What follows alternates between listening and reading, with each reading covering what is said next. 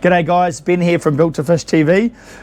I just want to run you through the process I use to vacuum pack my fresh fish and game using my Vacpack VS603 vacuum packer.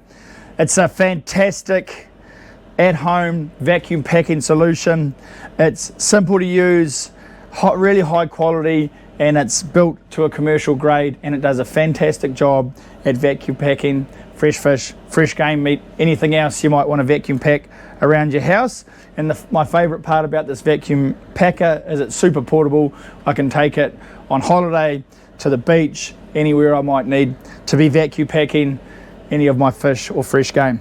So I've just had a couple of amazing days fishing. I've got home, I've filleted my catch of harpooker and snapper. I then cut it into nice meal-sized pieces. I've put it on fish racks in the fridge overnight to let it drain all the juices off it, and now I'm ready to vacuum pack. So, because there's only 2 people in my household, I'm using some pre-made vacuum pack bags. These are a nice size. And what I'm doing is I'm only vacuum packing and freezing enough food for one meal, so I don't have to defrost any more fish than I need to. So there's only 2 of us in my house, so these nice harpooker chunks, about 3 of those is perfect for a nice meal. When you're packing your vacuum pack bags, it's really important to leave a good amount of room at the top for the sealing process. It's recommended 4 centimeters, but I like to leave at least twice that.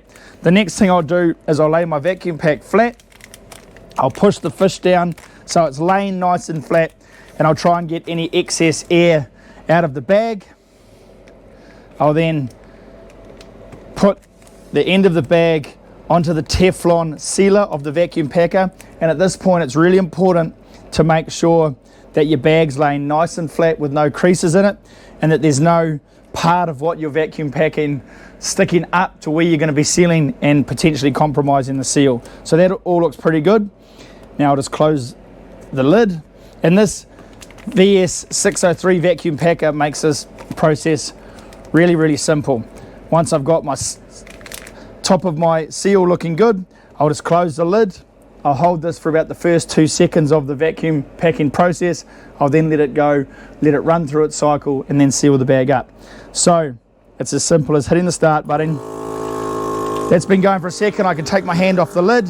That'll run through the 9-second vacuuming process, and now you'll hear a click. There'll be a 2-second seal at the top, and the job's done. So all you got to do now is check your seal, make sure there's no creases in it, no milky bits. That all looks pretty good, and if there is, you want to go ahead and cut that off and reseal your bag, because that'll give a potential spot for the air to leak out. And the only final part of the process is I take my label maker and I'll print out the species, the date it was packaged, and if there's any specific cuts or whatever, I'll add that information too.